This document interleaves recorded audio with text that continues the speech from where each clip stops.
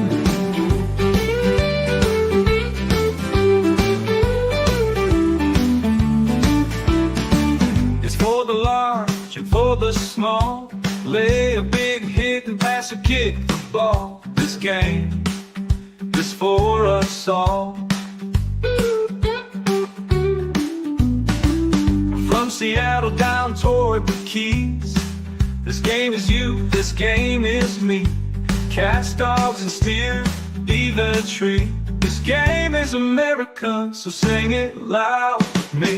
College football forever. College football forever.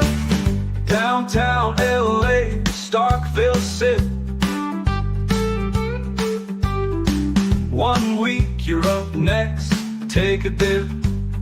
Run the rock or let it rip. This game is America. All say, can you sing it with me? We just stepped on her face with a hot nail moving across her nose. Whoa, Nelly! College football forever. College football forever.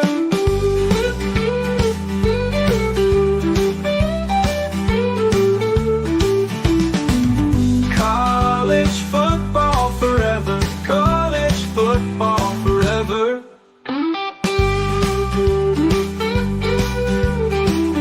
College football is a year-round discussion with these two. Here's JC and Morgan. Mike Morgan of ESPN and JC Shurburtt of 24/7 Sports have you covered, beginning right now.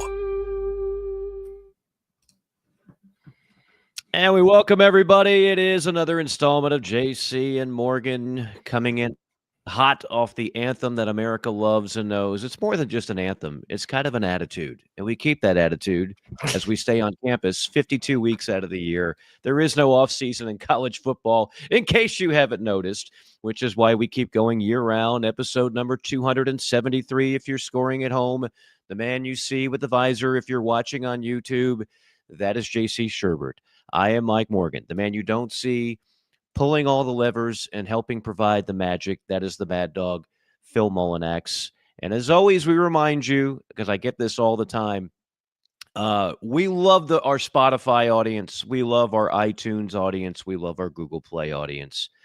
It does take a little extra time for every episode to be downloaded on those particular formats.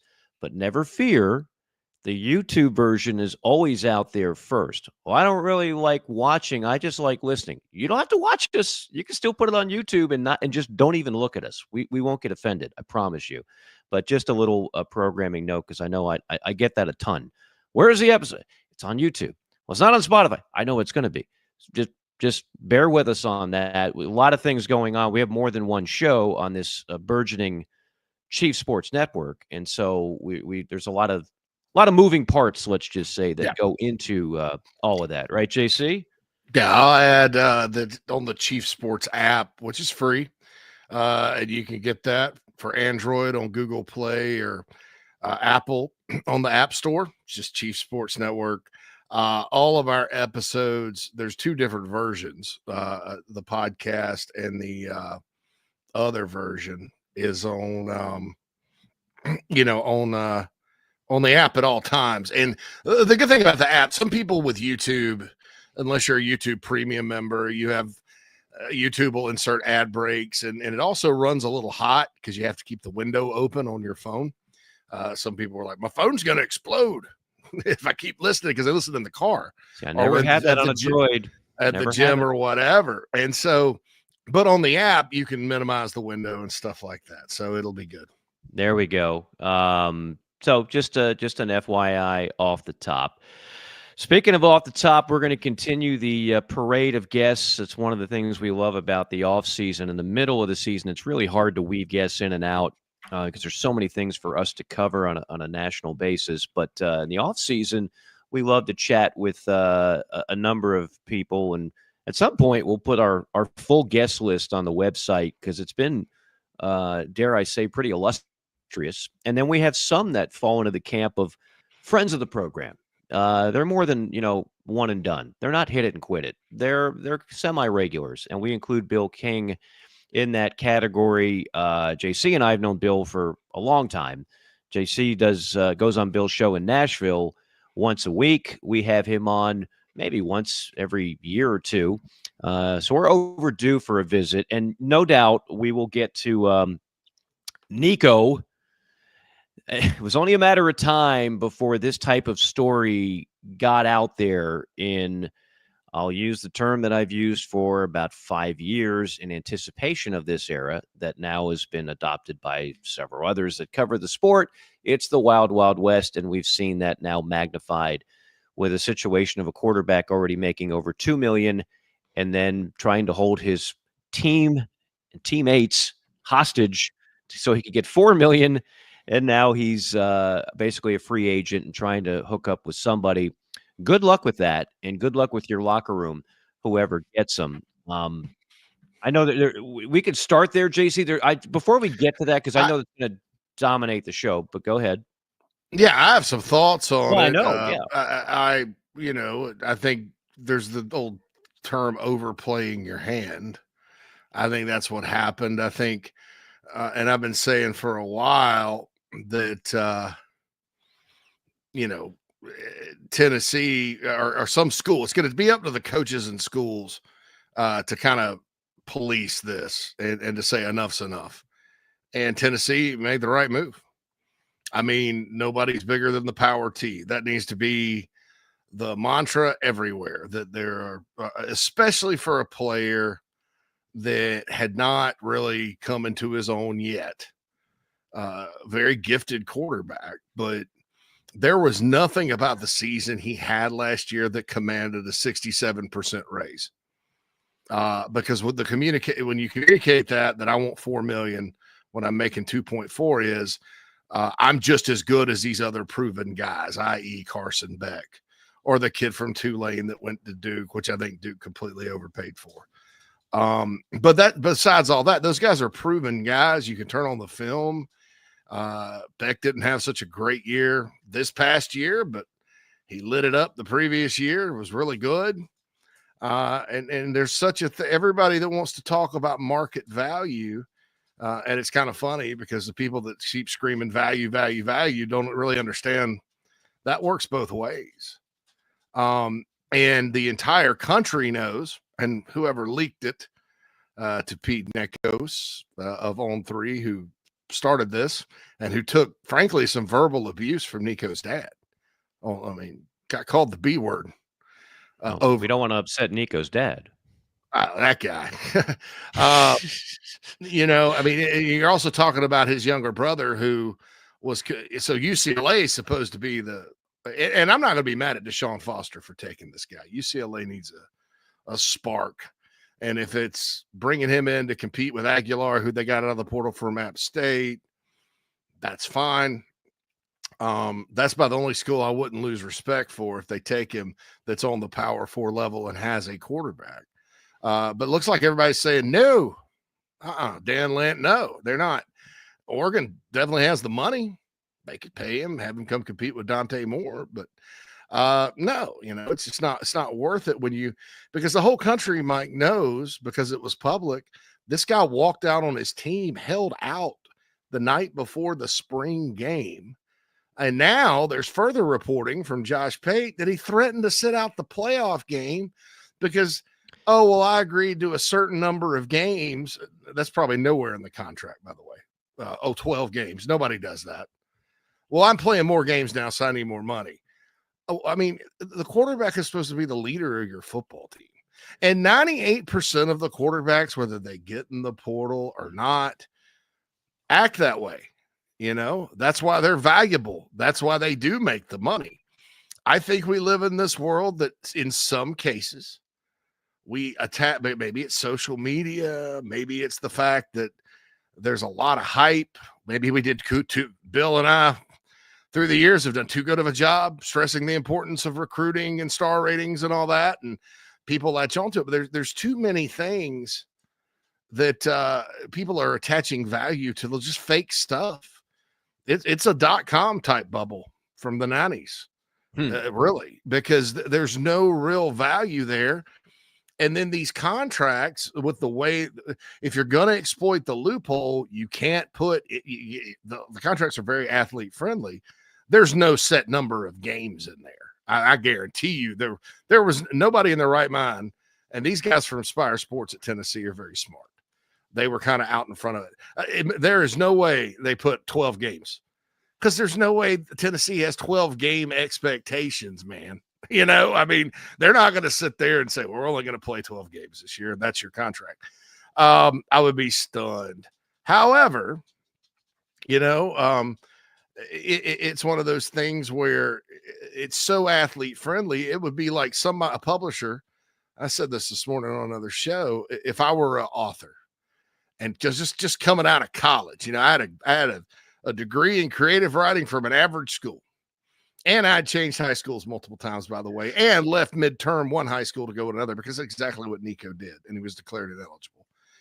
And I went, and a publisher gave me $2.5 million and said, here's your advance, write a novel. In this contract, it doesn't say it has to be good. It doesn't have to be edited. It doesn't have to sell a single book. There's no responsibility on my part. I can take the money as long as I produce something and go to the beach and write green eggs and ham over and over and send it to them, as long as I do something. That's the way these contracts are now, because you can't put you're required to perform or anything like that, because that's it's pay for play. So that's how the loophole is exploited. And then I'd sit there and say, well, I've written green eggs and ham over and over on a page, and I didn't do that. I wrote a very average story that's copied, that's not even well written. It's going to have to be heavily edited. But I think, because James Patterson got $6 million, I think I want $7 million. That's the logic with all of this, is he's not worth that yet. Tennessee understood that, and they followed through accordingly. And I think the rest of college football is too. Now he'll end up somewhere. Does he have an upside to him if he can ride through the storm? Yes. But the hype is so big for a kid. I have no idea. I have no idea how he'll handle it and settle in anywhere. And you want to talk about a helicopter parent?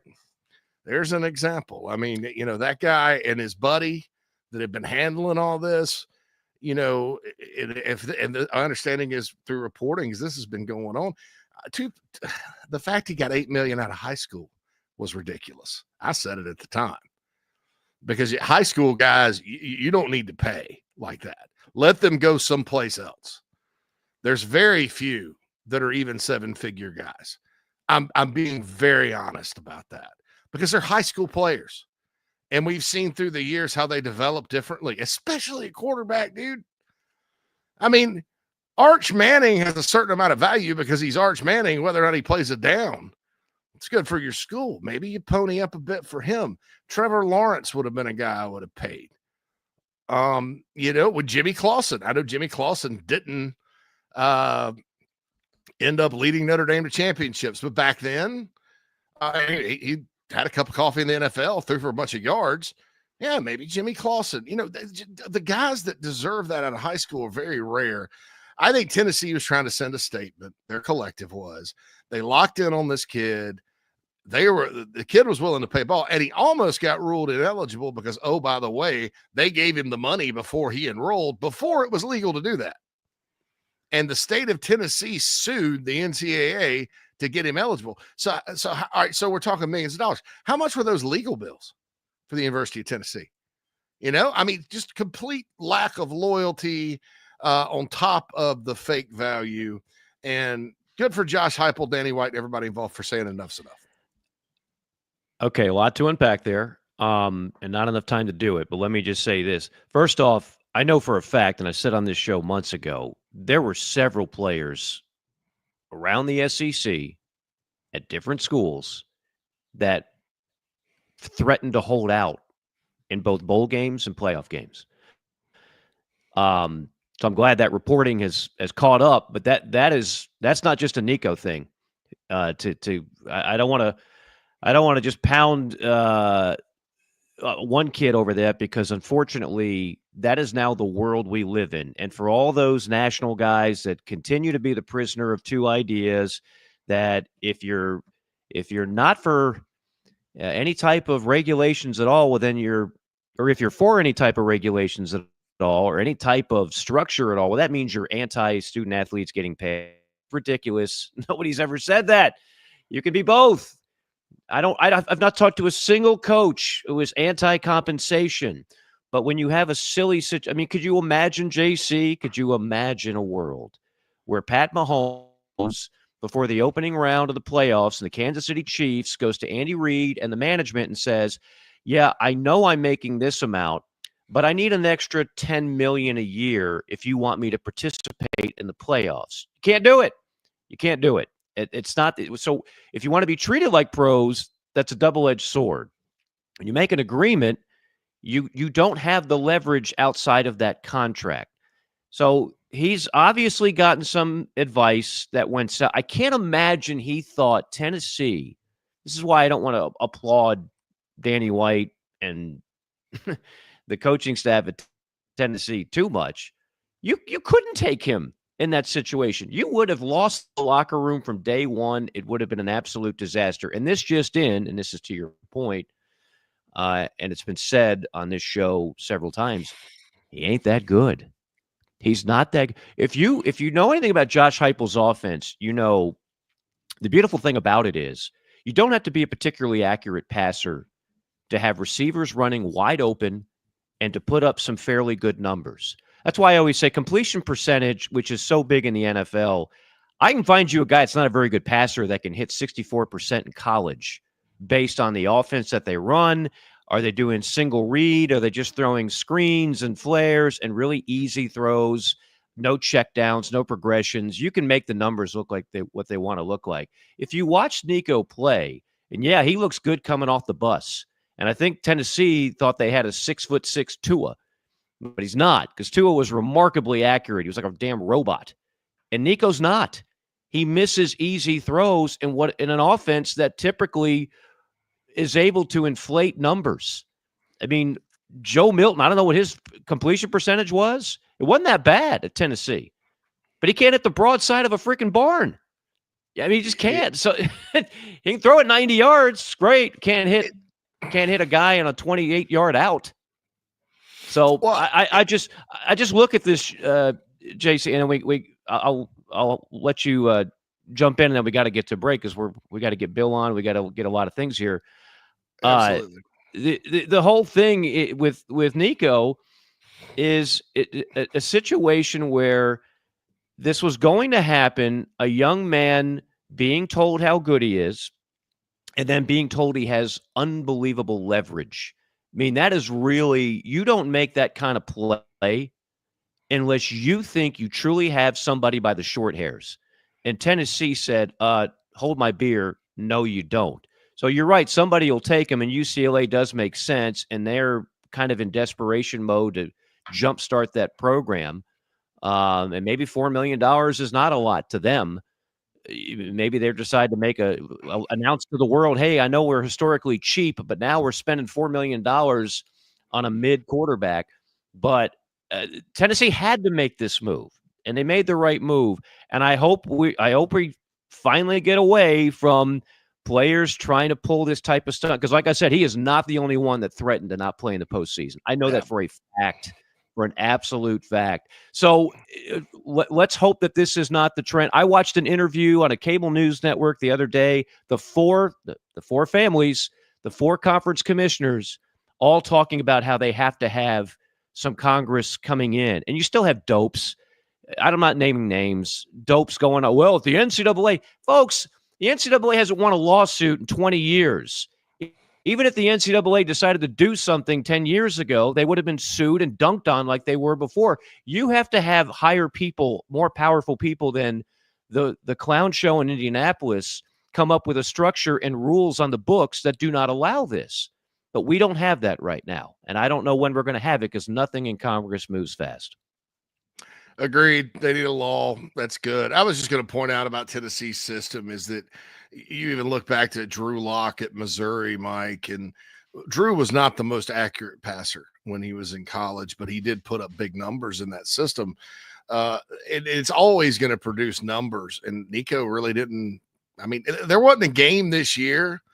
I mean, I thought he played pretty well against Bama, but that was their run. That was Samson and their defense. That was their whole. I praised Josh Heupel last year because he was winning that way. Mm-hmm. That's a stark departure for a coach like that. Usually drives them nuts to run it and play defense.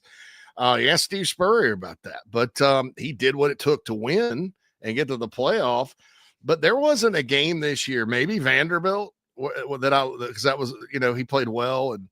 Where he was what I would call a difference maker. In what game did he make a difference? Carson Beck's been a difference maker. The other good Garrett Nussmeier, difference maker. Jalen Milroe, Lenoris Sellers, DJ Lagway, even. They've all been difference. They've made a difference. That guy didn't. He looks great throwing it. He's 6'6". He looks like $1 zillion. But the one time he had a chance to make a difference, he ran out of bounds at Arkansas. I mean, just to mention that. Let's just be honest.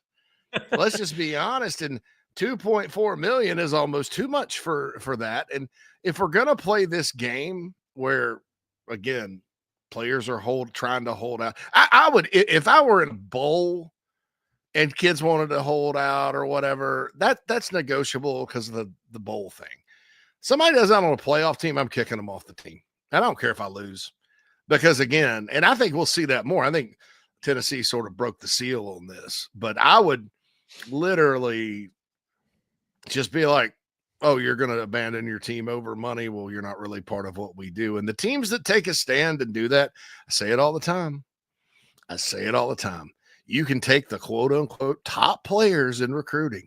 You can send them all to the UFL so Luganville can broadcast their games on in the spring and pay them. And college football will not miss a beat. And only 25% of those dudes that think they're pros now are going to be the pros that get drafted. College football will be fine. And I think it's going to, because this keeps swinging. It's extreme in each direction. And I think we got to either find a way to find a balance or start both sides are going to have to draw lines in the sands. And to me, either Congress or the National Football League are going to have to solve that because if you provide a way for them to go pro and skip college, then where, because their whole argument is it's a monopoly on the minor league of football. Okay, well, is it? Those are my takes there on how to fix all this. And I say that saying I have zero problem with the $20 million in the House settlement. I think that's great. That is an NIL deal, really, based on TV money. I have no problem with name, image, likeness. I think you should close the loopholes. I have no problem with these guys getting money. And for the 98% that aren't Nico, that really aren't going to go pro, you make a couple of $100,000 during college. Man, I wish I had that coming out. And nobody talks about those guys, do they? Nobody. The good player, maybe the all-conference second teamer that's not going to play in the NFL that gets $300,000. to play 400, 500. Nobody talks about that and the difference it makes in that guy's life. Along with his education, and that's 98% of the players. Yeah. Nevertheless, I digress. And it's a new era, and I recognize the going rate for a starting quarterback in a league like the SEC. I mean, it's 7 figures, and very often it's an integer. I haven't used that term since integer. I don't know, algebra. It's an integer higher than 1. You look at the average set, and eventually these are going to have to be made public. Again, you want to be treated like pros. Fan base deserves to know what these kids are making, what they're investing their money in. Very often it's 2 million, 3 million, 4 million. That's where we are. The problem is that might be where the market is. That's a market for good quarterbacks. I'm not sure if Nico has reached the good threshold as of yet. The good threshold and beyond is certainly a part of MG&A Wealth for all of your financial needs, a team approach to wealth management that allows them to provide guidance in a wide range of areas, a team approach to estate planning, tax planning, retirement planning for long-term care needs, educational planning, and more. Give Sean a call today. Tell him Mike sent you. MG&A Wealth, 954-289-9000, 954-289-9000. You can also go to the website, mgawealth.com. The JC5 is on the other side. Also later on, Bill King will get his thoughts on all of this. And also the passing of, for my money, one of the best defensive coordinators I've ever covered or seen. Passed away last night. I don't know if it was last night or yesterday afternoon, but within the last 24 hours, we'll mention that as well. He is JC. I am Mike. JC and Morgan rolls on after a quick timeout. Mike here for our friends at MG&A Wealth. It's never a bad time to have someone on your side for all your financial needs. You need a trustworthy partner who has a true understanding of your situation in order to help you with smart and practical solutions. Since 1984, MG&A Wealth has helped their clients manage not just their wealth, but their lives. Today, as a nationally recognized wealth management firm, their team of pros remains dedicated to serving your best interests with an emphasis on personal attention and customized solutions. MG&A Wealth has clients all across the country, and they all get results. Don't put it off any longer. Call our friends at MG&A Wealth at 954-289-9000. That's 954-289-9000. MGAwealth.com is the website. They do more than manage wealth. They help manage lives. Low on energy? Struggling with inflammation and poor digestion? Try Encapsulate 6 Mushroom Blend and get back in the game. Our blend is specially formulated to promote overall wellness and maximize health benefits using 6 powerful functional mushrooms. Our science-forward approach offers the most potent and bioavailable mushroom supplement on the market, backed by third-party testing to ensure safety and efficacy. Order online on Amazon or encapsulateusa.com today to start your journey to better living. Enter promo code JCM for $10 off. Hey, folks, want to tell you about our friends at Titan Construction Group really quick. They're a Mid-Atlantic-based general contractor, specializes in retail, restaurant, and office construction. TCG strives to separate itself from other general contractors by adding value every step of the process. From project budgeting to estimation, value engineering to construction, they focus on those relationships and not the transaction. Titan builds partnerships one project at a time. Among their clients are Starbucks, Crumble Cookie, Blake Pizza, Home Goods, 15 plus years experience, based in Midlothian, Virginia, and contracted in Virginia, West Virginia, North Carolina, and South Carolina. So get on their website, TitanCGinc.com. That's TitanCGinc.com. Get in touch with Brad if you're in need of a general contractor that focuses on going above and beyond for their clients. That's Titan Construction Group, a proud sponsor of the JC and Morgan podcast.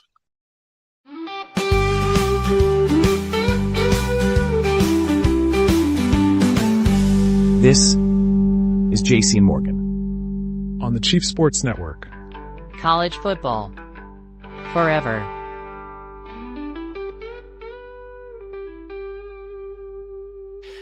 Number 273 on campus, 52 weeks out of the year, and presented in part by Nest and Wild Mattress. It is JC and Morgan. Again, Bill King joining us in our final segment to discuss, among other things, what's going on. What's the reaction there in the Volunteer State regarding Nico, I have a pretty good idea about that. By the way, our guest last week, Tom Luganville, who, much like JC, an extensive background in recruiting and covers it as well as anybody and understands it as well as anybody.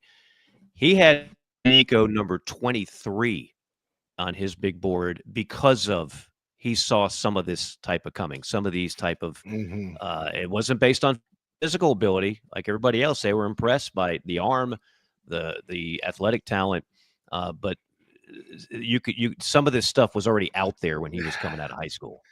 And Lugs, the great thing about him as an evaluator compared to maybe some others in the business, and others do it too. I mean, you take everything into account. I'm certainly not coming down on anybody else.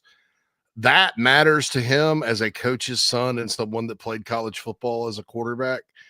Sure. He has like this deep personal experience with the game, a lifetime in the game. I hope he hears this. And that makes him, besides being able to evaluate film and look at players and all that, the intangible part of Tom Luganville as an evaluator is elite because he'll sniff it out. I mean, even like the rest of us may not even know. He'll sniff it out. He picks up on things, and that's why I love him, and God bless him for it. And, I saw Nico on a quarterback's list 7th ahead of a lot of guys that are ballers, the other day. And I'm like, what in the hell? I mean, what were you watching? It's list season, Mike. So no, I'm saying what were they watching to put him 7? That would you be look my at his question. release, you look at his body and like the way his release mainly, and the velocity and the arm, and you get a little intrigued. I mean, he looks like Colin Kaepernick. You remember Kaepernick in Nevada? Yeah, he can't move around. He's not as tough as Colin Kaepernick. No, he's not as good as Colin Kaepernick, but he looks like him. Looks like him, yeah. And that's how I get it. Like 6'6", slender, can sling it. I was up late one night watching, I think, Nevada and Boise State or something one night. It was back when Kaepernick was there, and I was like, that dude, I mean, say what I don't really care about his, the promotion of communism and things that he's done politically. But as a competitor and a football player, that guy, I mean, 6'6" with the tools and all that. And I think that's what they were hoping Nico could be. But again, so much of this game is about what's between the ears and what's in the chest. And in this situation, I'm not sure we even know, because what's between the ears with Nico seems to be kind of controlled by fake hype and people surrounding him in his ear telling him how great he is all the time, no matter what the results are. I mean, his dad was on X after the season complaining about Tennessee's personnel and stuff. And I'm like, dude, you should shut up and not really have a say in any of this. You're as far as who Tennessee should recruit and all that, man. I mean, who are you to make demands? And finally, I think Tennessee was just done with it. And they're right. Nobody is bigger than the program. Nobody. And I, like I said, if UCLA takes him, that's about the only school I would understand. I don't think anybody's paying the $4 million. There's multiple reports out there like, nope, nobody's paying that. If you do, you're bidding against yourself. Yeah. Right? Just, say, hey, we're going to pay you. I mean, and if he thought he was going to Southern Cal or something, and you would think you wouldn't try to press the issue if you didn't really have something lined up. And he is in the portal now with no contact. So that usually means they know where they're going. I don't know what it means in this situation, but maybe don't contact anybody but the dad, right? Yeah. And so all of recruiting. He is, but at least the balls ended up being pretty good players, right? Yes. Were they Michael Jordan? Did they deserve their own? No, but they're legit when healthy. They're good players. Yeah. So when healthy. I don't know. I don't know if Nico has he could be Felipe Franks 2.0. Another guy who had that 6'6", slender frame and had an arm, and he turned into like a tight end in the NFL. I agree, Mike. But Felipe Franks would run you over and not think twice about it. You think Well, Nico's going that's to do true. that? No, he ran out of bounds. That's right. That's right. No I'll doubt. never forget the best Felipe Franks throw ever against, unfortunately, Tennessee Tennessee. in Yeah. 16. Because I'm sitting there with my Tennessee buddy watching it. He's like, "We beat Florida in the swamp," and boom, touchdown. Florida wins again. And I'll never forget that. Nico's done nothing like that. No, he has no signature moment other than, again, running out of bounds against Arkansas to end the game when all you had to do was throw it in the end zone to give your team a chance. It is what it is. I don't spend any valuable time in my life hating on the kid or rooting against the kid. I think the situation is unfortunate. And I one last thing, and then we got to get to the JC5. I hear this a lot. Well, look, he's 20 and he's getting bad advice from his dad and his advisor. We were all 20 once. Yeah, we might have been stupid in some senses, and there's probably a few moments at a kegger that I wouldn't put on my resume. But you know what? I had enough sense to know, especially a kid whose whole life is geared toward one thing, becoming an NFL quarterback and being rich. I would have a sense of this is not good advice. And I would, did you ever tell somebody who was older than you when you were 20, JC? No, thank you. I'm not going to take that advice. I sure as hell did. I mean, and with all that's at stake and my whole life is geared toward one thing, I might have enough sense to say, you know what, dad, advisor, I don't think this is the right. I appreciate the input. I got this. I'm a grown man now. As 20 is still, I can go to war. I can vote. I can do a lot of things. I certainly can make a decision like this and not to sell my team and teammates out and try to get $4 million when the market says I'm not worth $4 million. And with that, we say, welcome to the JC5. It's time for the top topics in the sport. We bring the JC5. Number one, we're going to stick on quarterbacks. I will add, on a personal level with Nico, I don't think he's a bad person for this. That's where that argument comes into play. The people that make that argument as it relates to football are really just need to learn more about the game. And on some of these lists, Mike, I see the quarterback list and all that. So I'm going to ask you a question about two quarterbacks. This is your specialty.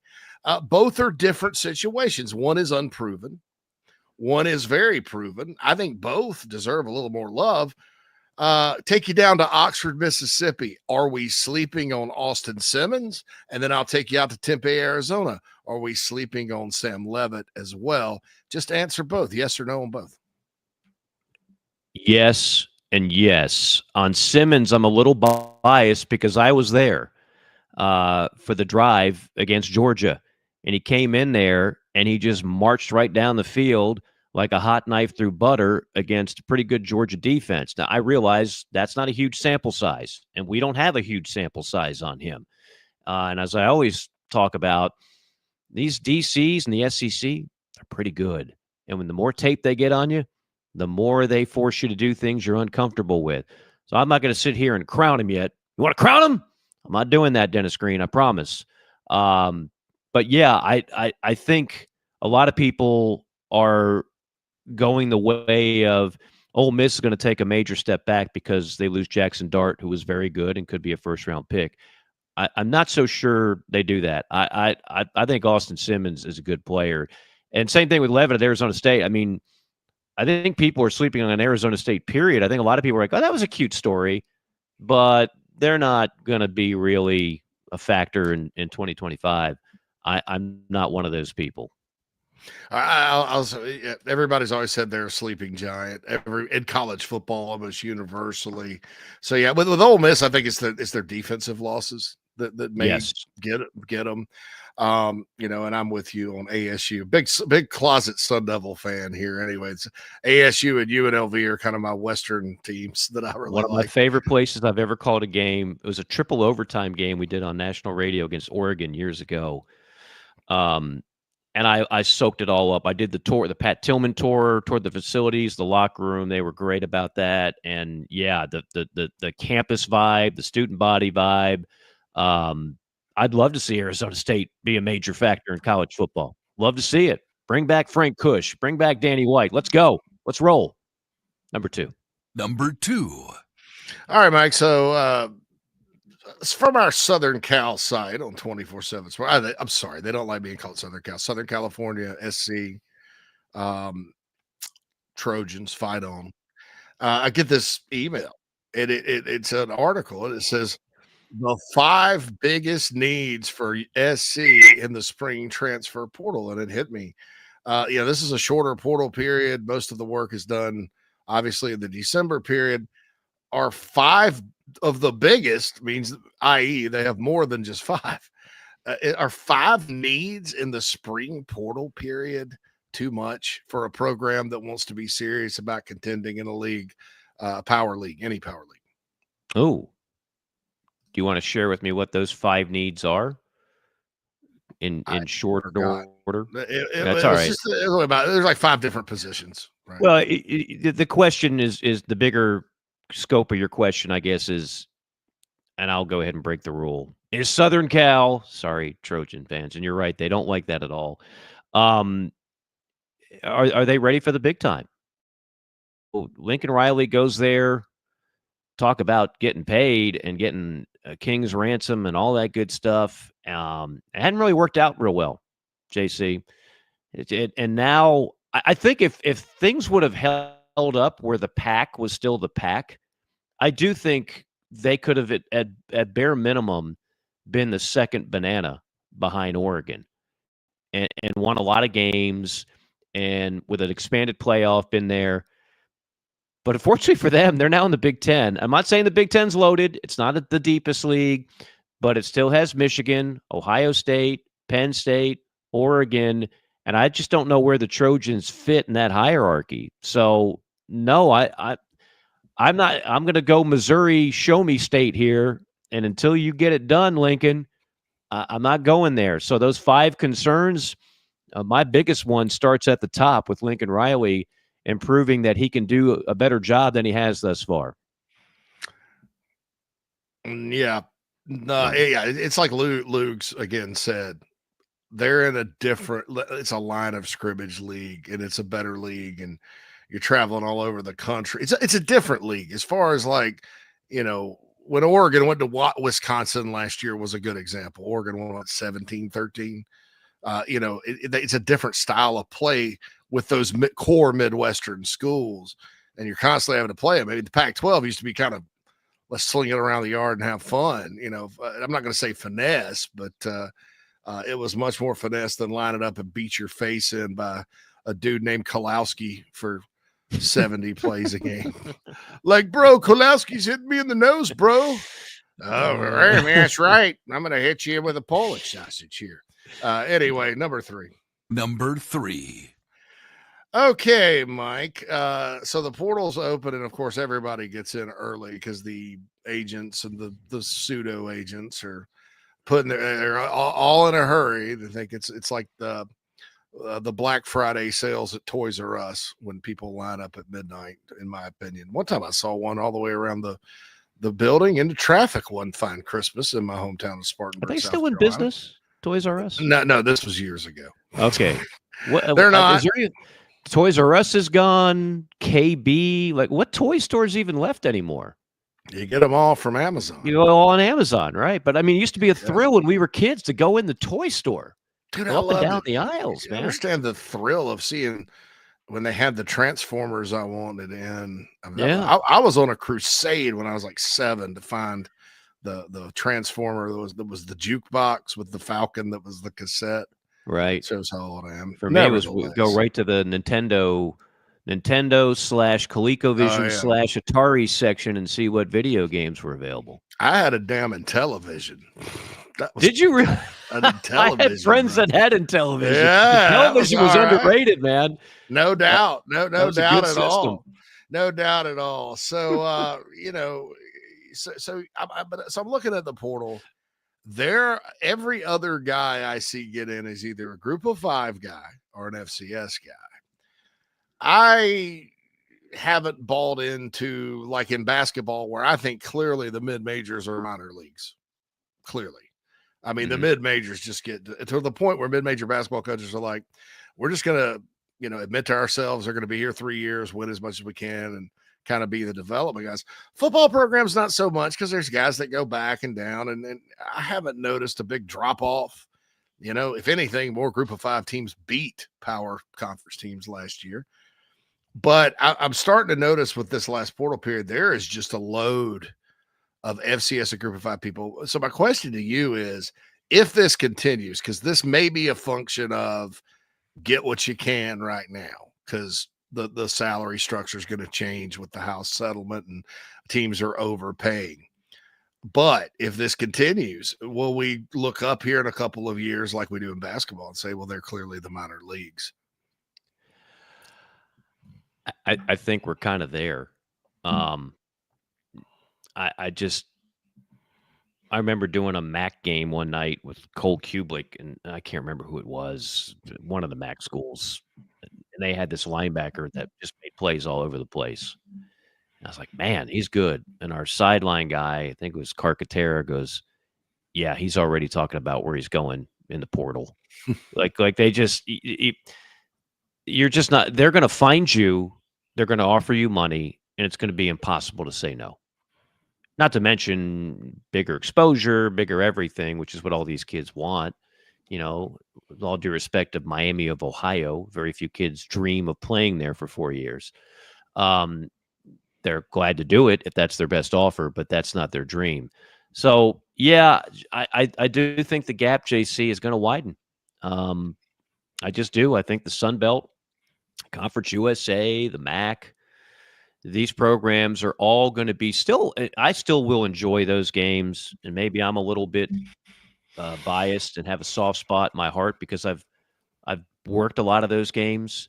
The networks that I've worked for have put value in that, and people watch because it's college football. So a lot of those games are not in your typical TV windows. You stick them on a Thursday night, a Friday night, a Tuesday night, and people they'll watch, and they'll take it in, and they'll watch Louisiana play Liberty or what have you. But I just think that gap is widening. So yeah, I hate to say it, I think that's kind of becoming the new AAA, JC. We'll see. I want to look at NFL draft numbers moving forward. Like if we go through the draft for the next few years, and it's not, there's a lot of players on a football team, and they all get better or worse over the offseason and stuff like that. And so if you take some guys early, it's the equivalent of losing a guy early to the draft if you're at that level. But I want to see, end product. And those numbers are already low, but it's a certain percentage. Does that percentage start going down? And then you look at a lot of the Power 4 guys that do get drafted. Did they start, like in basketball, a ton of guys started at that level?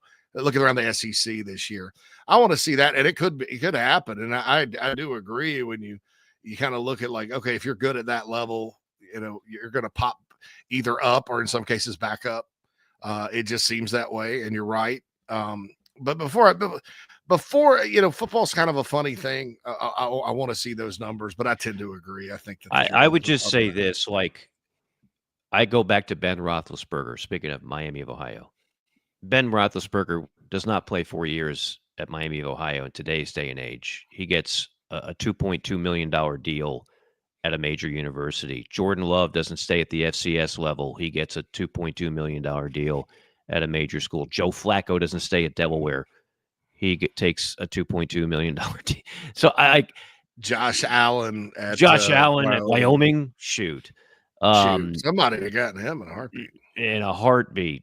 And an app. So like those days, and I'll tell you what, Mel, draft day coverage, that young man, that quarterback that can throw it like nobody's business and is a 6'4" gazelle and and he's done some great things in the FCS playoffs. I don't think that world exists anymore.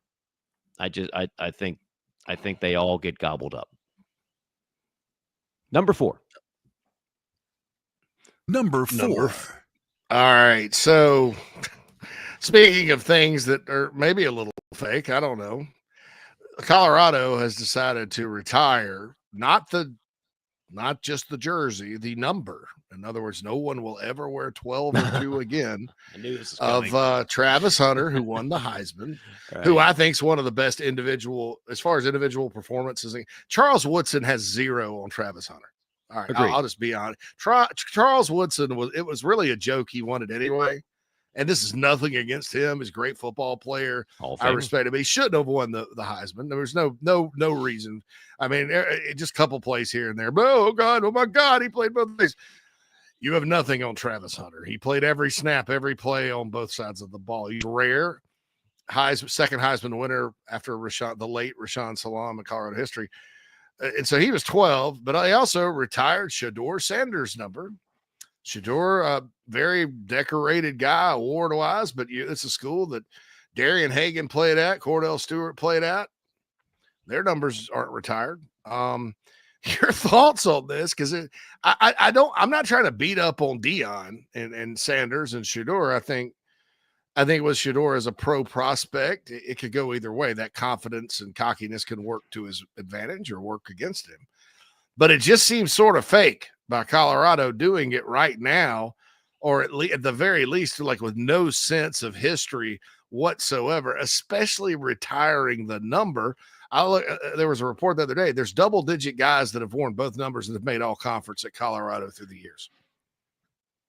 I'm convinced at this point, if Deion went to the Colorado administration and said, I'm not feeling this whole Buffalo thing. When I was a kid, I was a big fan of the aardvark. I studied it. I wanted a pet aardvark. I was fascinated by videos of aardvarks. Can we change the mascot to the Colorado Aardvarks? Yes, sir, Prime. Absolutely, Prime. Colorado Aardvarks. We'll go ahead and we'll change the logo. We'll trademark it. Anything else you need? Retire my son's number. Okay, sure. You mentioned a couple guys. Let me mention some others. Eric Bieniemy, stud player. Michael Westbrook, stud player. Cordell Stewart, quarterback, stud player. None of these guys have their number retired. Ray Caruth. Just kidding. Ray Caruth is let's not talk about Ray. Guy I've worked with in the booth, Chad Brown, elite defensive player, great pro, not retired.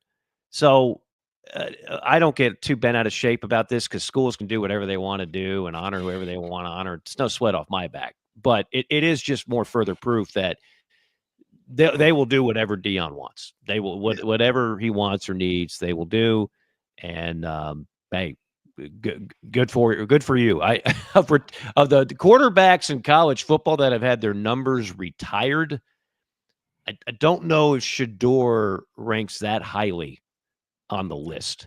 Some schools, for recruiting purposes, don't even retire numbers anymore because the kids want to come wear them. And they're only the 5th and 6th players in the history of Colorado football. They played football since 1895.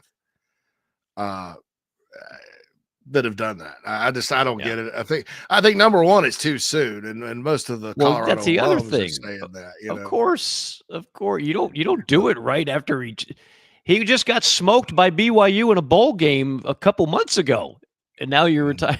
It's just like okay. All right, we're quickly get to number 5 because I know we got Bill coming up. Number 5. This is I don't know how true this is, but it's reported out there, and so it's about Mike Leach. Mike Leach apparently had to be talked out of getting a little person, think Snow White and the Seven Dwarfs, little person, from suiting up. I don't know where it was at. For mini Trier. And putting him in on goal line. Vern Troy, Troy. Putting him in on goal line and having the players toss him over the pile for a touchdown. Illegal. So is it an illegal play or not? It's a 100% illegal play in all levels based on safety, if nothing else. But from an entertainment standpoint, it's in the rule book, though. It's in the rule book. No, you cannot do that. Toss. That is an absolute penalty. So, like when you watch the beginning scene in Wolf of Wall Street, and they're doing the tossing against the dartboard, that's illegal. I would be like Jonah Hill and going, look, on top of being ornery, these guys don't want to break the rules, and that's a penalty. So no, I would advise against that. Yeah, that may be fake. That may be something fake, right? Yeah, it's an interesting story, and unfortunately, Mike Leach is not here to confirm it nor deny it. But somebody had a hell of a lot of fun time putting that thing together. Yeah, A+ dude, for creativity. If any coach would have thought about this, it would have been him. I would think though, he's an attorney and all that, he would have dove into the rule book before and saying, "Hey, there's nothing that says this can't be done." But so it's probably not true. That I know. I know I think that would fact. change football, man. And I'm not being funny here. It's funny, but I'm not being funny. I've always loved football because there's something for everybody: big people, small people, fast people, slow people, strong people, weak people. Those are kickers. And there's kicking, there's throwing, there's catching. I mean, you really nice cross section of body types and physical ability. So if you put those guys in, maybe there's even more. Yeah. Well, we'll take a man who's never been tossed for distance, as far as we know, is Bill King, even though he's aerodynamic, but a man who's always got some knowledge and strong opinions.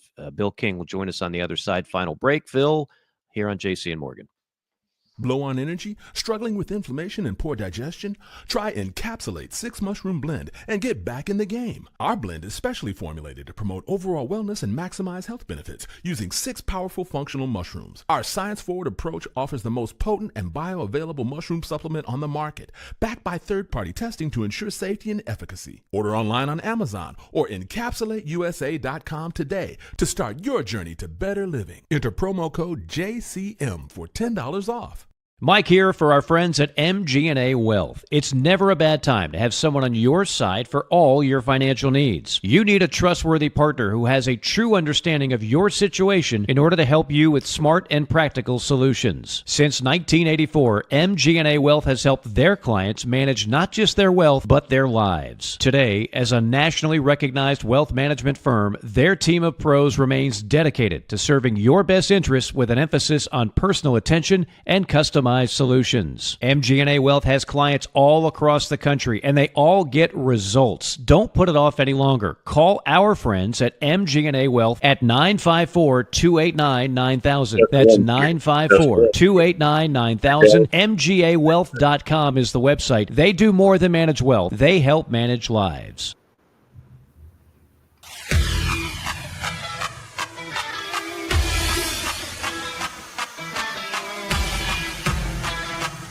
We're passionate about making sure that the Nest and Wild mattress is the best it can be. Made well and made right here in Tupelo, Mississippi. So how can we do all that? Work. Hard work. And that means something. The Nest and Wild mattress is a movement. It's a pride in where you come from and where you're going. So get comfortable, because this movement is just beginning.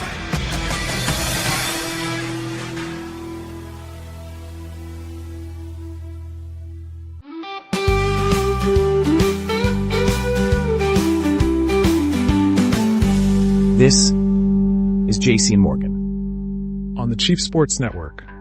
College football. Forever. All right, it is the final segment of JC and Morgan. Hope everybody is doing well out there as we see ourselves on camera. And there we are, and there is the man, the myth, the legend, doing the show now for I don't know how many years in Nashville after the national show on Sirius XM. You know him for years and years, covering all kinds of stuff, which is not a euphemistic way to say he's old, because he's not. He's just chiseled and wise. Yeah. He is Bill King, and he joins us now. Bill, how are you? 37 years. Wow. 37. Have you ever woke up and said, man, I just don't feel like doing this today? Never. If I won the $1 trillion lottery at the local 5 and dime, I'd be here the next day. Still doing it. That's awesome. Still going strong. All right. Before we get into what everybody has been talking about, I got to ask you, since you're in Nashville, is there any way the Titans do not take the quarterback from Miami, Cam Ward, with the number 1 overall pick? I don't really pay attention, but that's what it sounds like. They need a quarterback. They're desperate there. They've made so many bad moves at quarterback, other than Steve McNair, which was quite some time ago. Probably won't turn out well, but that's what it sounds like. Yeah, I can't. Even though Abdul Carter might be the surest bet at number 1, I think they go there. All right, a quarterback that I don't see going number 1 anytime soon is the quarterback that, of course, is in the news, and that is Nico. When you first heard this story, what was your reaction, and what has been your take in the last 48 hours or so after it's come out? Got to admit, Thursday when the story hit, I was surprised. I would think I'd be in the loop on that, and I wasn't. I don't think anybody knew until that On3 release that this was going on, and perhaps dated back to post-Ohio State. And what is your take? What does it say about where we are right now in college football? Well, in their situation, in Tennessee's situation, once he no-showed on Friday, that was the ultimate betrayal, and neither party could continue after that. Nico's dad, who they call Big Nick, is probably the one leading this, and he wanted more money like Carson Beck. And he hasn't earned the money that he's got at Tennessee, which is probably $2.5 million a year, which he was promised as of his junior year in high school. So the ultimate betrayal happened last Friday when he ghosted the staff, he ghosted the team, and he no-showed on the eve of the spring game. At that point, Tennessee could not take him back in, and they knew that if we're going to do this, we're gone. It looks like they've miscalculated his worth, though. Yeah, Bill, I agree. Do you think this is a cautionary tale? And I understand. And look, hats off Tennessee, Josh Heupel, Danny White, whoever made that decision. I think a lot of college football feels like they did it for everybody, right? And I think you'll see more schools walk in situations like this. But do you feel like it's a cautionary tale as far as, portal quarterbacks are one thing, but paying a high school kid like that may be another? And I understand Spire Sport at the point they did that, they were trying to make a big splash. Right. And I understand that part of it and say, hey, Tennessee's going to be a player. Here's this guy. We're going to wrap him up.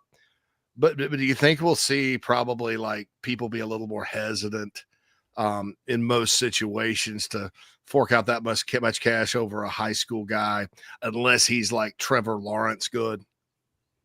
I do. I think with the court case perhaps settling and the new way of doing business in-house, July 1 is going to be a big deal when it comes to paying quarterbacks crazy money like Bryce Underwood and like Nico got. What I can't get by is the thinking from the Iamaleava family. Here's a kid who's a junior in high school who Tennessee says will give you $8 million. And they haven't missed a payment. He's gotten everything he asked for. He has not performed as well as that money. And they think they can stiff arm Tennessee into more money based on very limited, I'd say, contribution compared to a superstar ranking.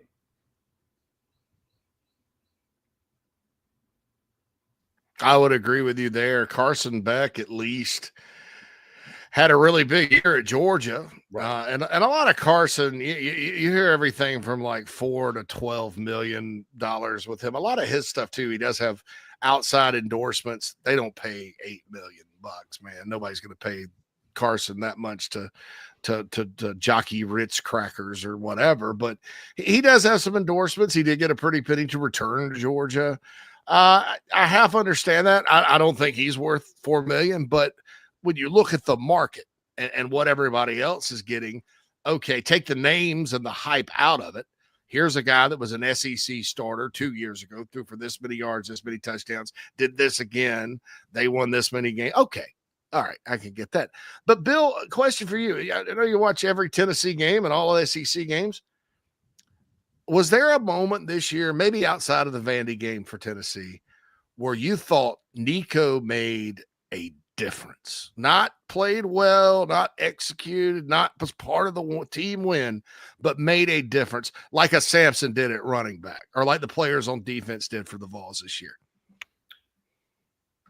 I thought until halftime of the Oklahoma game, he was on trajectory to be the star that he's predicted to be. At halftime of that game, with the defense shutting Oklahoma down, Oklahoma wasn't very good. Josh Heupel made a decision to kind of shut down the offense just to get out of there with a W.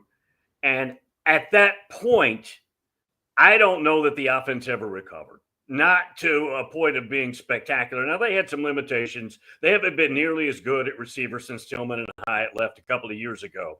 But I guess to answer your question, at no point did Nico approach superstardom, which I thought he would approach. It's funny to me because the last two quarterbacks at Tennessee that had a ton of hype, Joe Milton and Nico, pale in comparison to the guy that had no hype in Hooker. Hooker was a much better player, more accurate, more savvy, better in the clutch. And yet, in this day and age, I mean, he would have eventually gotten paid. But he is the guy that has been kind of the crown jewel for this Josh Heupel era. Don't you find that rather not ironic, but just certainly it has to be a big part of the whole story that here is the guy that might have had the least productive career of the Heupel quarterbacks, and he is the one that's going to be forever remembered as the guy that got paid the most, demanded the most, tried to hold his team hostage, and then left. Ironic about Hendon Hooker is he wouldn't even be the quarterback if Joe Milton hadn't got hurt. Milton That's right. supposedly beat him out. Now, I'm not at practice every day. I have trouble understanding that. But he didn't even win the job outright. Yeah. I'm not anti Joe Milton. I'm pro Hendon Hooker. I like to think that eventually talent would have risen to the top and they would have figured it out. It was weird. He was from Greensboro, North Carolina, and there were a lot of schools that recruited North Carolina that were just kind of okay with him. And then in something that Hokie fans will never forgive Justin Fuente for, at Virginia Tech, they started kind of benching him. And I mean, maybe he was just a gamer, but I'll tell you this, Bill, I have not seen a guy that accurate down the field that consistently in a long time. Like, his deep balls were accurate. And I think that's the key to the offense, because that's hard to stop. You got receivers running 4-3, and you have a guy that can just drop it in there, man. I mean, that's the games they lost that year. He wasn't as accurate down the field. So, and Nico, to me, had that capability looking at his arm talent, but it just never got there. So tell us about the quarterback situation moving forward. Yeah. I know they're going to look in the portal. They're going to be aggressive. Mecklinger, McIntyre, guys I really like as players, but they're young. You know, your thoughts on where the Vols go from here? Tennessee fans to date, I think, have been, by their standards, pretty reasonable here. Nico doesn't want to be here. Let him go. We've got to move into the future. They're not hurt over him leaving because of the betrayal. And there is a reason why I'm setting that up to answer your question.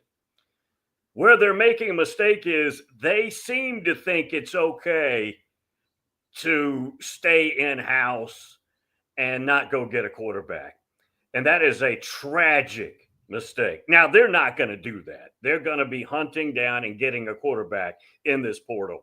But there's this line of thinking that we could ride with Merck, and that's Jake Merklinger, who's out of Savannah. And I think he might be a good player. Not today.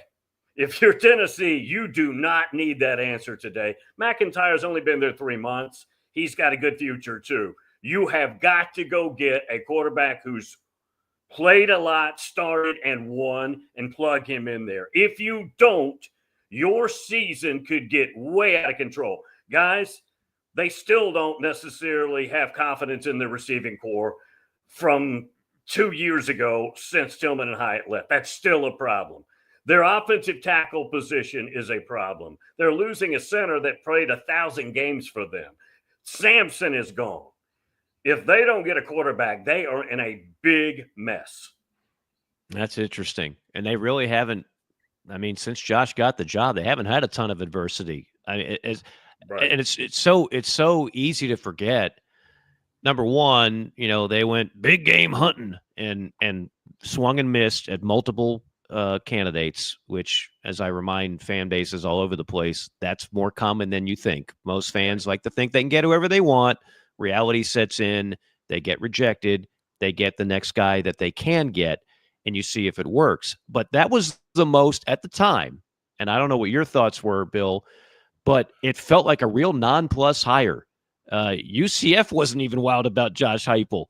And then he gets the job, and it's like, well, this will be a quick pit stop before we get our big guy in here. And he's done a remarkable job. I mean, are you not impressed with the job that he has done, exceeding the expectations of almost everybody? 30 wins last 3 years and a playoff appearance a year ago. I think that's getting the job done. He inherited a Jeremy Pruitt absolute colossal disaster. Mm-hmm. And also remember, he walks in there, Heupel does, and you talk about hitting the portal. Tennessee had every player who played any downs hit the portal. They had kids going to North Carolina, their best running back. They had 3 kids go to Oklahoma. The entire roster left him. And he had to clean all of that up. He's done a good job. But I will say this, guys. I think this has the potential to be a really down type season. They've got a lot to figure out here. Yeah, I like the schedule. I like that Georgia comes in early because Georgia, just from what I've been told, they're having some issues with some younger talent.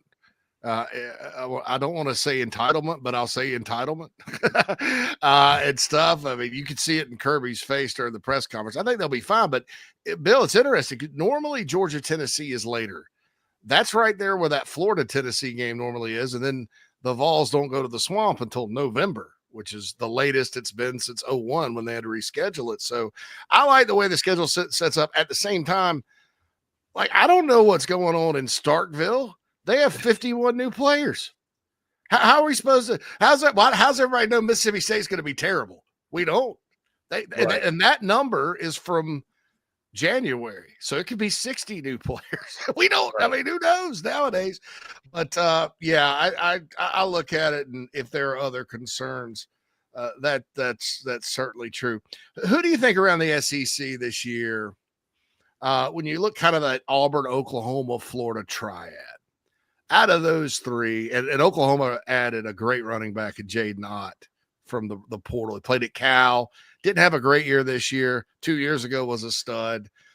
They got him pretty quickly. They're kind of retooling that offense. But out of those 3, which one in your mind do you look at and go, all right, these are of the 3, I think this one has a chance to kind of get back to where all their fans and everybody want them to be.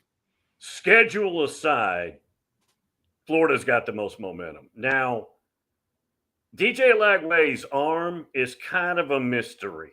I'm not sure what to believe. Obviously, they're icing him this spring. They have opted not to have surgery. I am told by lots of quarterbacks, a lot of times that could be a mistake. So my caveat would be, guys, he's the catalyst. He is what has saved Billy Napier. Now, they've had a lot of good news in the portal, a lot of good news in recruiting here recently, as you guys both know. They have the most momentum. It's fragile because of that quarterback. If he's right, that's an easy answer. It's Florida. What about what's going on the Plains?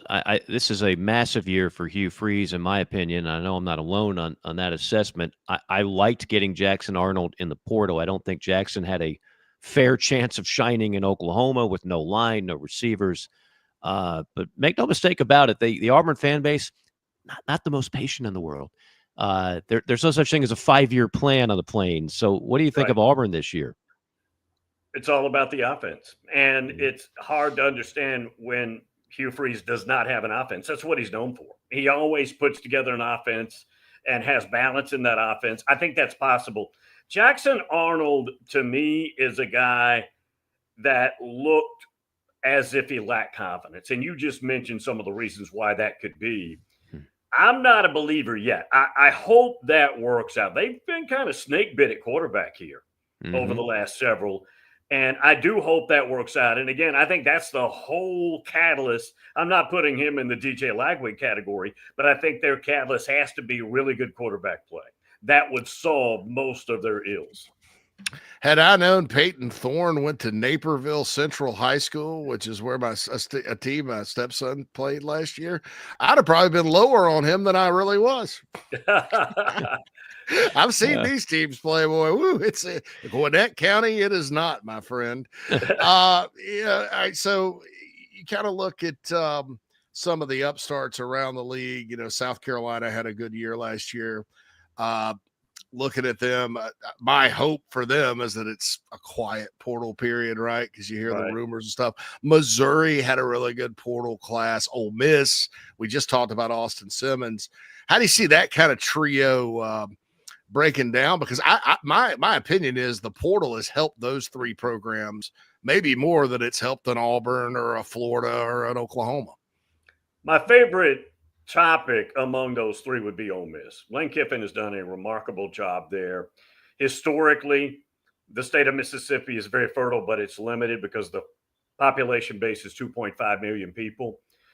They had to have something happen outside of JUCO recruiting, which they have outstanding JUCOs there in that state. And the portal has been the magic elixir, literally, for Lane Kiffin. And they're kind of limited financially compared to some of the really big boys. They've raised the money to do this. My worry about them is once we get to the new rules in July, does that hurt them? Because we're told that clearinghouse is going to be real picky and you're not going to be able to take silly money and just throw it at prospects outside of the in-house money, which is limited, $20.5 million for your athletic department. But Ole Miss is the best story. Lane Kiffin is the best coach they've had there since Johnny Vaught. I'm not comparing him to Johnny Vaught, but he's done a remarkable job there. And I'll also say this. I think Lane Kiffin took that job with the expectations to win and get the heck out of there. And I think now he couldn't be happier. I don't know that he would leave for another college job. You look at his life and how it's changed just from what we know. Reconciled with his ex-wife and is happy. And, you read about anything about Lane Kiffin. And I think he's got a nice thank goodness for X for him because he's got a nice release there, right? he can still be the Lane Kiffin we all knew, but I'm happy for him as a human being. I really am. And if you think about it, Bill, like Jackie Sherrill, when he won at Mississippi State, they were turning it over every couple of years because of the JUCOs. Now, it blew up on him late because he got a batch of bad JUCOs. And if Lane gets a batch of bad portal players like Florida State did last year, it'll blow on him. They seem to have it down to a science. I have one last question, Mike. Are you buying the Arch Manning hype this year? And I'm not sure it's hype, but he is. Everybody's putting him on up there. Your thoughts about him as a player? You saw Peyton Manning. You saw Eli. I don't think they're similar, but Arch is kind of in and of himself. He's replacing Quinn Ewers, who I didn't ever think was great. Your thoughts on Arch? Peyton was the most ballyhooed as a recruit, including Arch. And, of course, Archie's old enough to where we weren't keeping up with the recruiting at the time that much. But Peyton it was lunacy starting his sophomore year down in New Orleans. And that was crazy in the early 90s. So far, guys, there's yet to be a Manning let the fan base down. Think about it. Every one of them have been superstars. Now, how long can this streak continue? I haven't seen enough of Arch Manning other than when they would use him in the running game to know what kind of starter he is. I don't really know. Am I buying the hype that he's a odds-on favorite to win the Heisman or right at the top? I'm not sure I'm there yet. I need more data. I need to see this. Excuse me, Bill. Last one for you. Bill King, WNSR, 560 AM in Nashville. You can catch him every day, Monday through Friday. Friend of the program here on JC and Morgan. I think one of the most fascinating stories in college football in 2025, and it might be just 2025, depending on how it goes. You know where I'm going with this. Kalen DeBoer and Alabama. 9 wins is a great year at a lot of places. It's not at Alabama. It's just not. And compounded by the fact there were a lot of things within the games themselves where fans were just saying, that didn't happen under Nick Saban. This level of disorganization, this level of lack of focus, this level of mistakes, even in Saban's worst years, we're not accustomed to seeing this. So you follow the GOAT. It's never easy, but I would have to say this is going to be beyond a pressure cooker in year 2 for Kalen DeBoer. They brought Pac-12 softness to Tuscaloosa is what I hear all the time from the fans. Just that soft Pac-12, not disciplined attitude, whether that's true or not. Right now, let's go back to the quarterback. Ty Simpson is a guy that's been there a couple of years. I saw him play in high school. He's from Jackson, Tennessee, which is about halfway between Nashville and Memphis. To date, the times that I've seen him play, and by the way, their offensive coordinator, who's now new there, Ryan Grubb, said the other day, if we had to go today, Ty Simpson's our guy. I got to see that. I don't want to trash him, but I haven't seen it yet. And maybe he hasn't had enough of a chance for me to objectively analyze his game. Austin Mack is there, the transfer from Washington. That's one of their guys, and they've got a superstar freshman out of Texas who eventually is going to get that ball. That's the story. Now, they've had some other issues. They haven't been as good at running back as they need to be. They feel like this receiving core, not just Ryan Williams, but the core is really, really good. And I think they're pretty solid still on defense. But it's who is going to be their quarterback and how effective is he going to be. And I don't think that I'm a believer that Ty Simpson takes that ball initially. And I think they're going to let him try first. I don't think he keeps the job. Yeah, I think a lot of people would. Go ahead, JC. I just have to brag, Mike. Who said that on JC and Morgan in December? Oh, that would My be hot JC take Shurburtt of the year about Alabama. Yes. Keelan Russell will be the starter by the time they it may not have been on this show. No, you said it on this show. I remember. By the time they get, because when they come to South Carolina in late October, I said that Keelan Russell will be starting by then is my pick, and I'm with Bill. I haven't been floored by Ty Simpson. I really wasn't as a kid out of Jackson, Tennessee either. But yeah, I mean, I wasn't floored with Cade Klubnik, and he got better and played really well. So who knows with these 5-star guys? Remember Jalen Hurts in the Southern Cal game didn't start, got in the game, never looked back. Yeah. So, And until Tua took his job, and then Jalen got it back, and it was a whole now they're both starting in the NFL. Bill, you're always part of our starting lineup. We always appreciate the time, and certainly look forward to having you back on as we get closer and closer to the opening kickoff. Thank you so much, man. Thanks, guys. Appreciate it. You got it. He is Bill King, as he mentioned, several years behind the microphone in various capacities. And now on NSR 560 AM as Bill signs off. There we go. We got a live looking Bill sign off. You got to get Bill out, Mad Dog. It's like a reality show. I don't envy Mad Dog. Two No. Hey, we're good. Look, after last week today, good we Lord, have been smooth. Your internet has behaved, JC. I was a little worried because I ask more questions than I normally do, and I was worried. Like when I'd pause, I was like, "Is my internet screwing up?"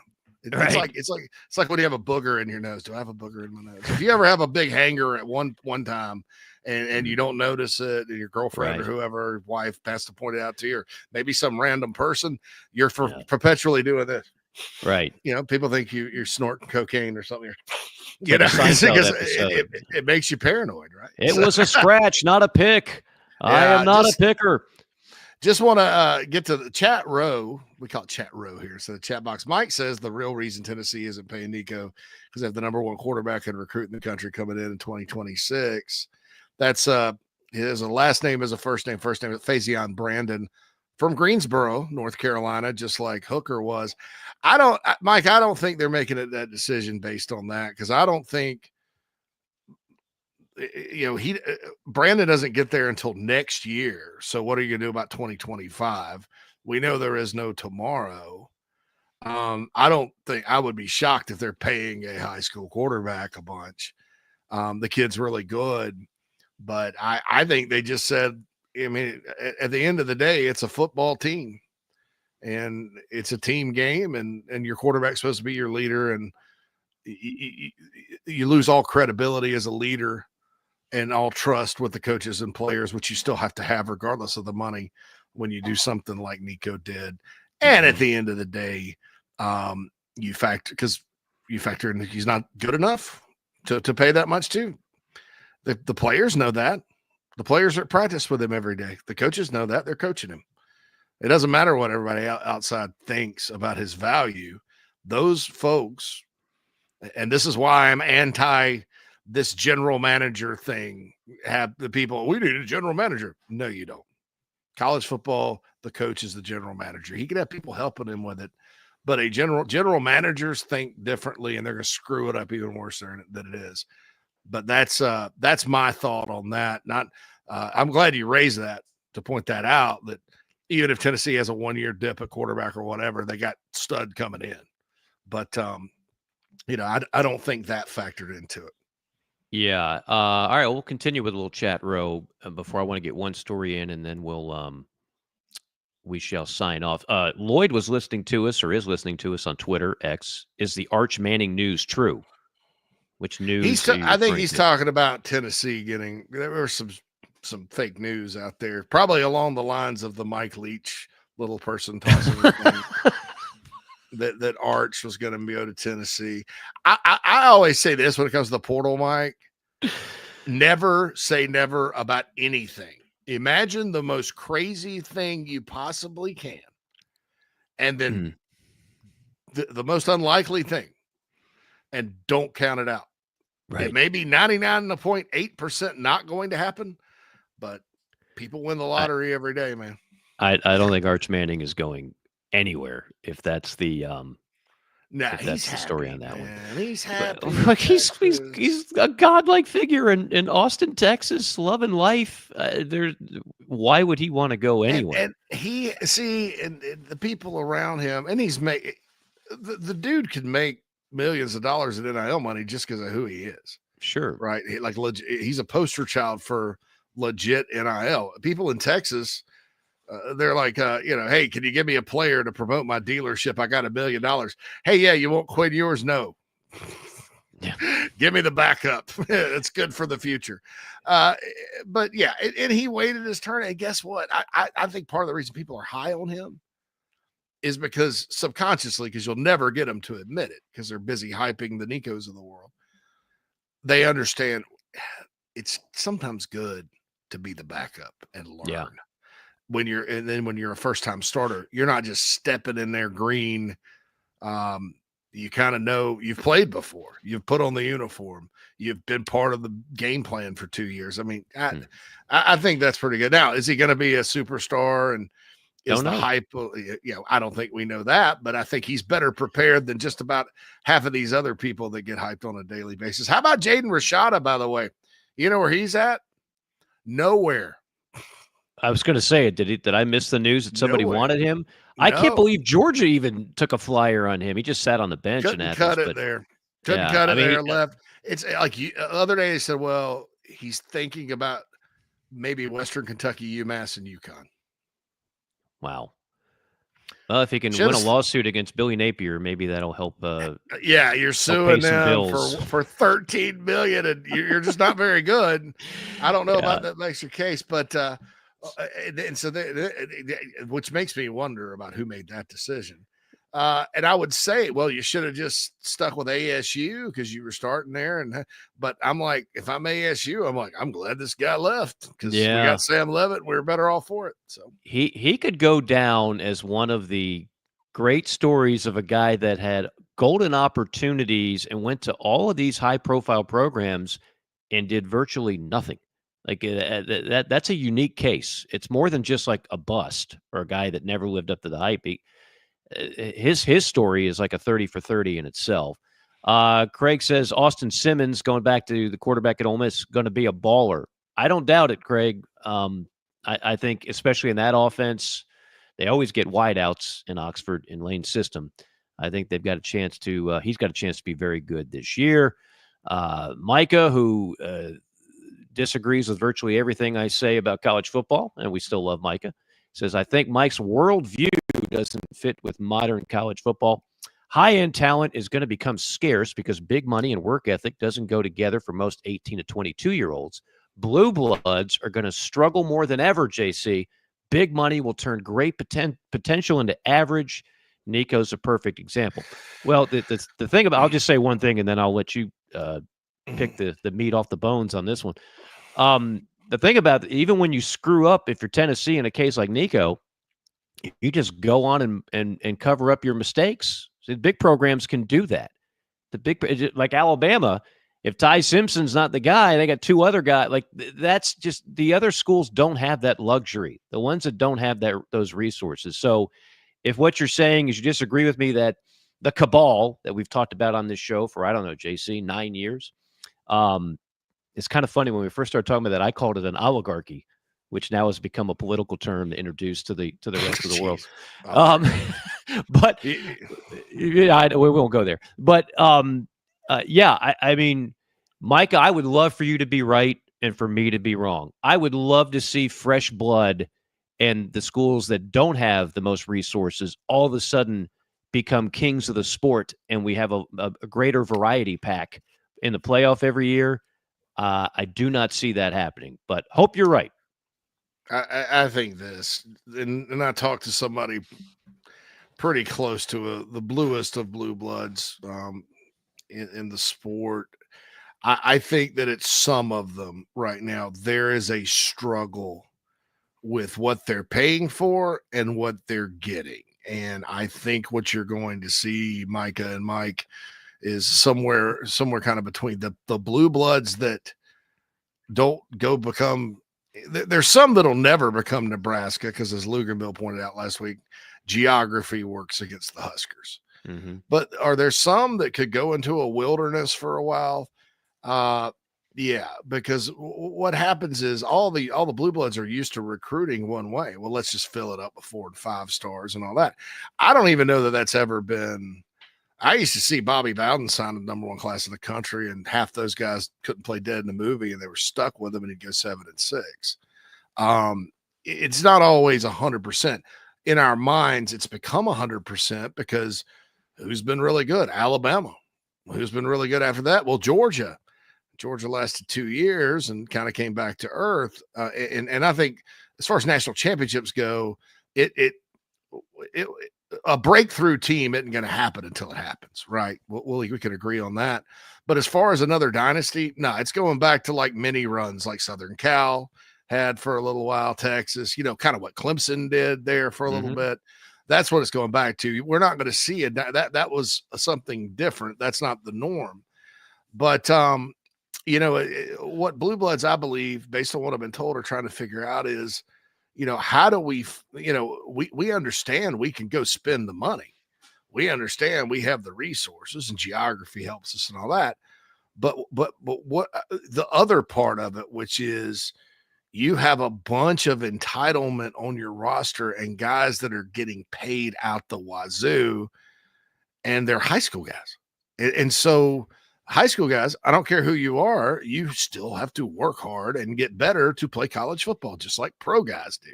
And even in the pros, because you played in college, you're more ready to go to the pros. High school football doesn't prepare you for college like that in most instances. And so, and then you look at some of the blue bloods outbound portal numbers when you're losing 20 guys a year and then replacing them with freshmen. And those freshmen they have some, that's the struggle. So my feeling is this: with portal recruiting, there's nothing you can do about the blue bloods. I do think you can overpay. And I think this past year, people have overpaid for average players because of the situation. That won't be the norm.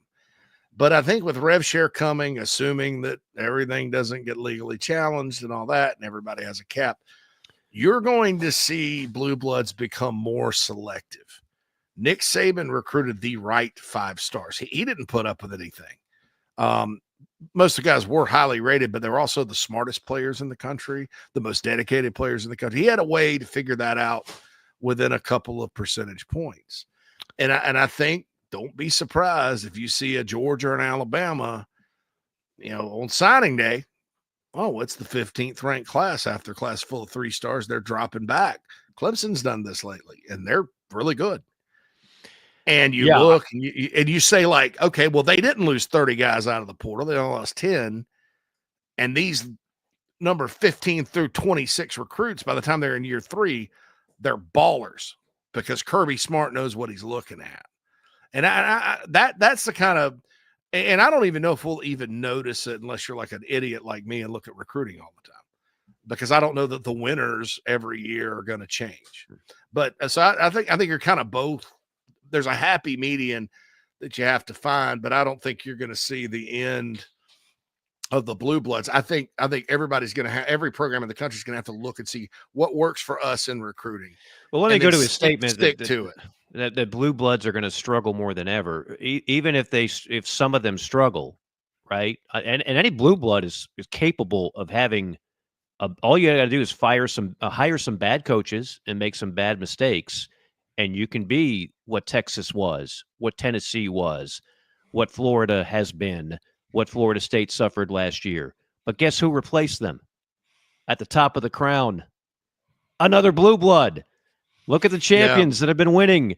If it's not Georgia, and by the way, it's not like Georgia fell off a cliff. They're still winning 10 games plus a year. If it's not Alabama, well, then it's Ohio State with the highest payroll in college football. And it's Michigan before that. So it's not like all of a sudden out of nowhere, you're seeing Arizona play for the national title. It's not like you're seeing Mississippi State play for the national title. So like even if blue bloods screw it up, they'll be replaced by other blue bloods. That's just where we are in college football. Mike, do you know the last time, and I maybe I'm wrong. I don't think I am. The last time we had a first-time national champion in this sport? I've heard this trivia question, and I've got to think real hard. I am what the answer I is. am 98% sure I'm right. Because in my brain I may be missing. No, it's 1993, Florida State. And it took Bobby Bowden how many years to win it? Well, wait a minute. You said the last time? Yeah, the first time national. Like the program never won a national championship. Well, Florida won in 96, and that was their Oh, first. crap me. So okay, let me back up. I missed that. The Gators have won so many dang national titles I can't keep them straight. So 1996. 1996, and then. Yeah. But I think the rest of your question is spot on, because Tennessee in '98, that was the first one in forever, but it wasn't the first one. No, they won one way back when. Right. LSU, it was the first one in forever when they won it with Saban. You got to go back to the 50s, but it wasn't the first one. So. And I'll say this in closing, because I'm got to get out of here in a couple of minutes. But rest in peace, Bill Oliver.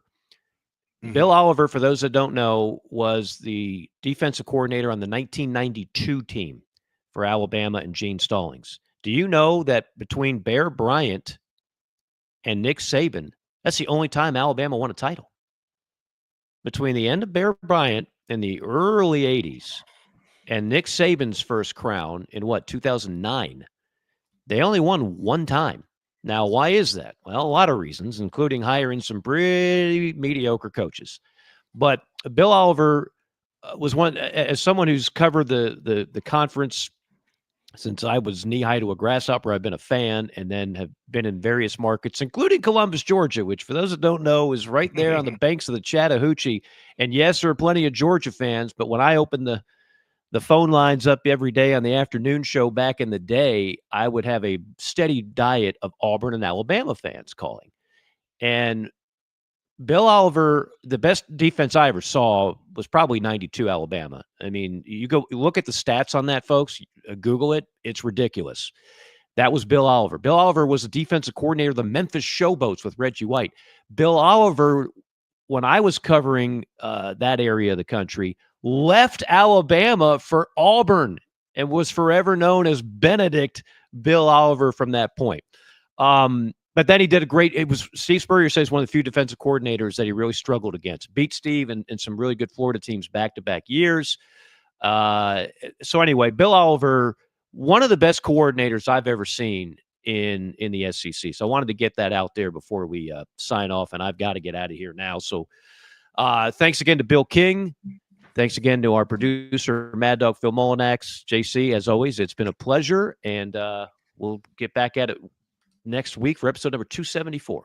274. Thanks, everybody, for tuning in. JC and Morgan, we'll see you next time. So long, everybody.